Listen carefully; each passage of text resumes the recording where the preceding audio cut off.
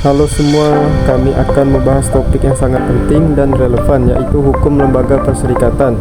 Topik ini tidak hanya berkaitan dengan aspek hukum, tetapi juga dengan bagaimana lembaga-lembaga ini berfungsi dalam masyarakat kita. Mari kita mulai dengan pemahaman dasar mengenai hukum lembaga perserikatan. Pendahuluan.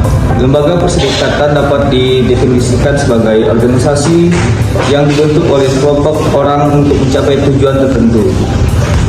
Definisi ini mencakup berbagai jenis organisasi, mulai dari koperasi, asosiasi, hingga yayasan. Karakteristik utama dari lembaga perserikatan adalah bahwa mereka didirikan berdasarkan kesepakatan para anggotanya dan memiliki struktur organisasi yang jelas.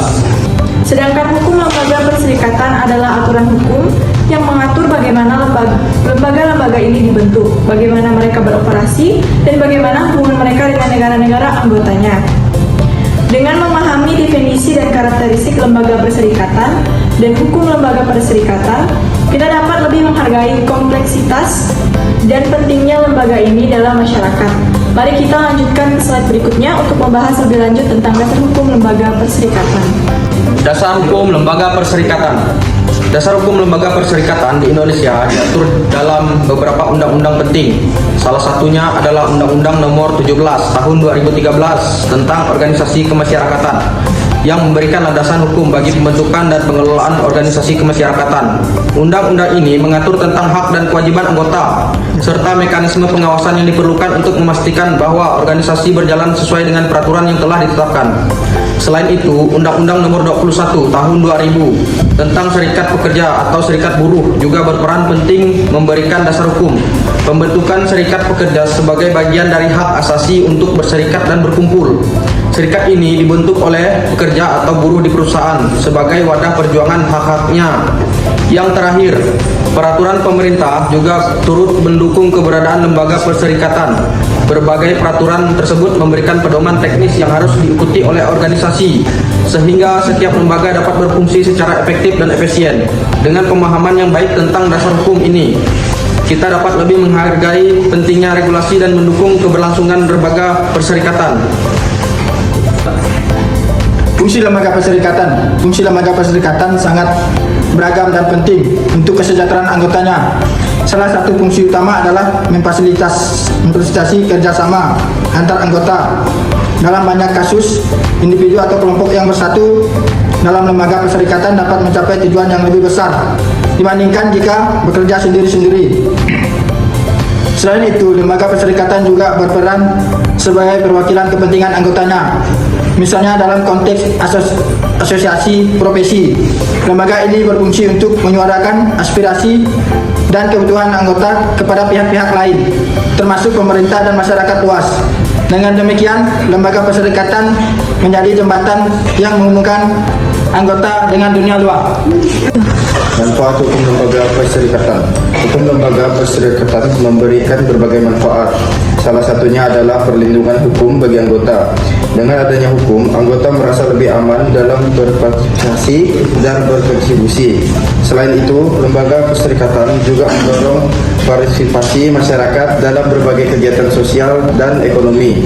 Ini tidak hanya meningkatkan keterlibatan masyarakat, tetapi juga berkontribusi pada kesejahteraan anggota melalui berbagai program dan inisiatif yang dijalankan oleh lembaga.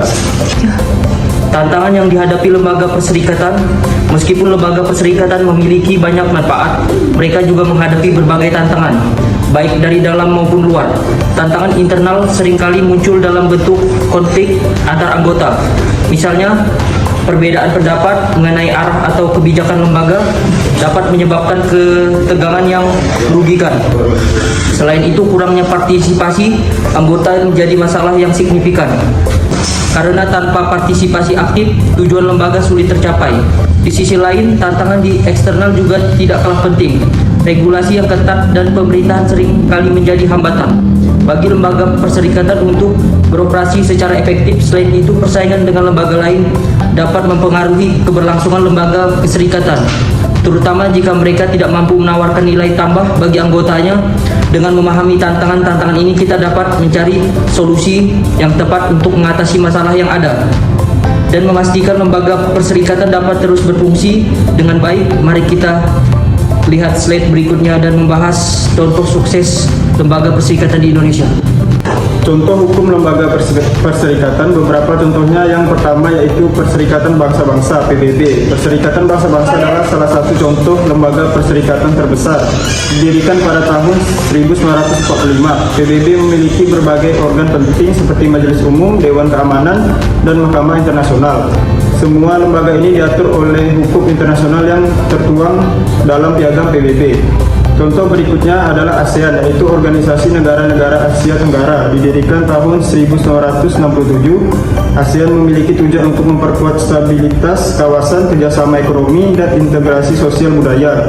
Pada tahun 2008, ASEAN secara resmi memiliki dasar hukum yang disebut Piagam ASEAN atau ASEAN Charter, yang mengatur prinsip-prinsip demokrasi, supremasi, hukum, dan hak asasi manusia. Uni Eropa adalah contoh paling sukses dari integrasi regional, berasal dari kerjasama ekonomi pasca perang. Kini Uni Eropa berkembang menjadi perserikatan ekonomi dan politik yang sangat solid dengan sistem hukum dan lembaga yang kompleks.